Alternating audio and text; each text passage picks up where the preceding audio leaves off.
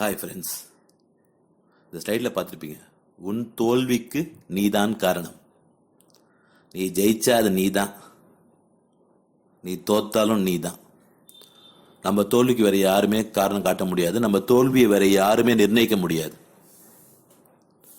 ஒரு ஐடி கம்பெனியில் ஒரு புது கான்செப்டை ட்ரை பண்ணாங்க. அதாவது அனௌன்ஸ் பண்ண எல்லாரும் மெயில் போட்டாங்க. உனக்கு தடையாக இருந்த ஒரு முக்கியமான ஒரு பர்சன் இந்த கம்பெனியில் வெளியே அனுப்பிச்சிட்டோம், டெர்மினேட் பண்ணிட்டோம்.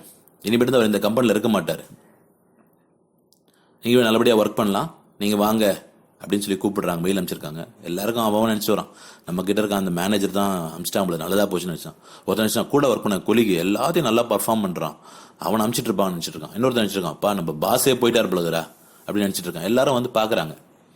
ஒரு ரூம்குள்ளே போகிறாங்க. அந்த ரூம்குள்ளே தாங்க அவரோட ஃபோட்டோ வச்சுருக்கோம், பார்த்துட்டு நீங்கள் வாங்க அப்படின்னு சொல்கிறாங்க.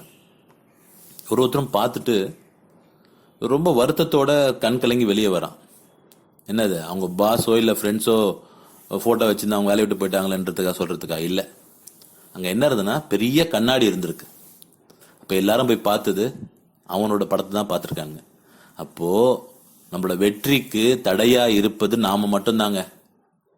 வேற யாரோ, நம்ம பாஸோ இல்லை நம்ம கொலீகோ இல்லை நம்ம ஃப்ரெண்டோ இல்லை நம்மளோட பேக்ரவுண்டோ இல்லோட நம்ம படிக்க வைக்கல, இல்லை நமக்கு வாய்ப்பு கிடைக்கல, இல்லை அப்பா அம்மா சொத்து சேர்த்து வைக்கல, இல்லை நமக்கு கம்யூனிகேஷன் இல்லை, எதுவும் காரணம் கிடையாது. உன் தோல்விக்கு நீ மட்டுமே காரணம்.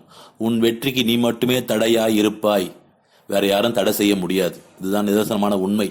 அதை எப்போ ஒருத்தன் உணர்றானோ, ரெஸ்பான்சிபிலிட்டி, நான் தான் அதுக்கு காரணம், என் தோல்விக்கு நான் தான் காரணம் நினைக்கிறானோ, அப்போதான் வெற்றியை நோக்கி பயணிப்பான்.